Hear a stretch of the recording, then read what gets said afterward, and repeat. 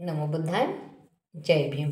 जय संविधान. बहीण भावांनो, आज थोडं पर्सनल बोलूया आपण. प्रत्येक महिलांविषयी कसं असते आणि तुम्ही हे नक्की आजमावा. हे 100% खरं आहे. एखादी 100तून आहे ना 0.5% लागू नाही पडणार त्या स्त्रियांना, पण 100% प्रत्येक स्त्रीला ही गोष्ट लागू पडते. मी सांग, कोणत्याही स्त्रीला नवऱ्याकडून कोणतीही अपेक्षा नाही राहत. ना तिला दागदागिन्याची अपेक्षा राहत, ना तिला कोणत्या पैसा ना धन दौलताची अपेक्षा राहत. कोणतीही अपेक्षा नाही राहत तिला तिच्या नवऱ्याकडून. मग ती मॅरिड स्त्री असो की मग अनमॅरिड मुलगी असो की मग 50-60ची लेडीज असो की काळे घेऊन टेकत चालणारी आजीबाई का बरं नसो, प्रत्येक स्त्रीची आपल्या नवऱ्याकडून एकच अपेक्षा राहते. ती म्हणजे तिच्या नवऱ्याकडून तिला सन्मान मिळायला हवा, तिच्या मनाची त्याने काळजी घ्यायला हवं, प्रत्येक गोष्टीत जपायला हवं तिला. एवढंच नाही का वेळ प्रसंगी जर तिची चूक जर झाली तर मोठ्या मनानं माफ करून तिला, जास्त चूक झाली त्यावेळेस उलट जास्त प्रेमानं तिला मोठ्या मनानं माफ करून तिला समजून सांगणं.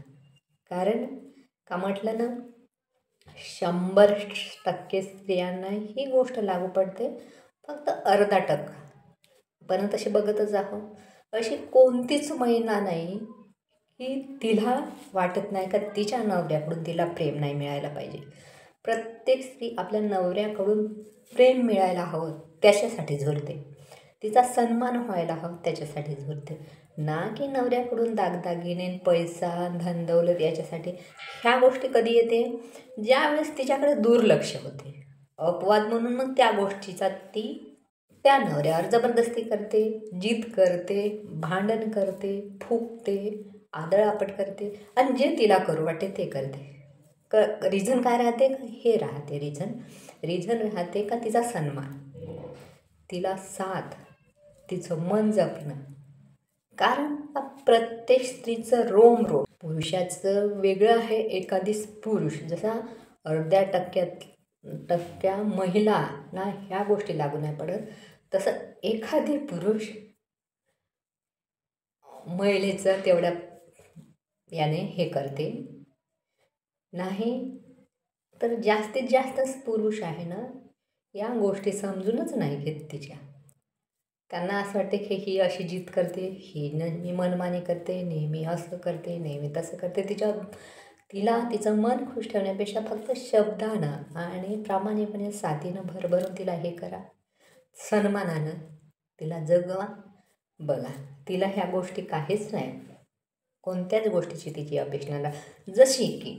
जसं आपण आहे ना, पुरुष बिनधास्त म्हणते, ती माऊली होती जिनं बाबासाहेबासाठी त्याग केला.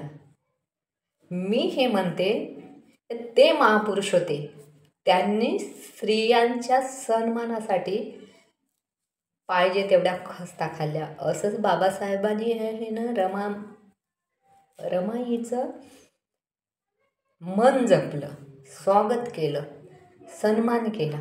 तेव्हाच रमाईला आहे ना ह्या काबड कष्टाचं काहीच वाटलं नाही. बाबासाहेबांच्या मनात रमाई अशा प्रकारचं घर होतं, अशा प्रकारचं बाबासाहेब रमाईचं मन जपायचं. म्हणूनच मग रमाई आहे ना त्या गोष्टीसाठी बाबासाहेब कितीही लांब राहिले तरी रमाई हृदयाशी कवटाळून धरून आहे ना तेवढ्याच हालापेक्षा सहन करत होत्या. मला असं म्हणायचं आहे, रमाई जेवढे आहे ना हे करत होते तेवढेच बाबासाहेबांनी रमाईवर तेवढ्या मान सन्मान, आपुलकी, प्रेम हे केलं. सन्मान, फक्त सन्मान हवं लेडीजला, महिलेला आपल्या नवऱ्याकडून, बाकी काही नाही. नवऱ्याकडून, भावाकडून, वडिलाकडून आणि दुनियादारीकडून. बाकी काहीच ना. अर्धा टक्का म्हटलं ना, फक्त अर्धा टक्का महिलेला ह्या गोष्टी लागू नाही पडत. 99% 100% महिलांना ह्याच गोष्टी लागू पडतात. बघा तुम्ही. आणि जर खरं वाटेल ना, माझा व्हिडिओ बघून नक्कीच ह्या गोष्टी तुम्हाला खऱ्या वाटेल. जय भीम, जय संविधान.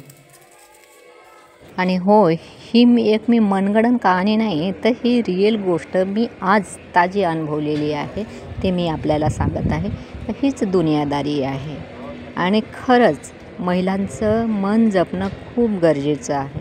जीवन आनंदमय होण्यासाठी ह्या गोष्टी खूप गरजेच्या आहे.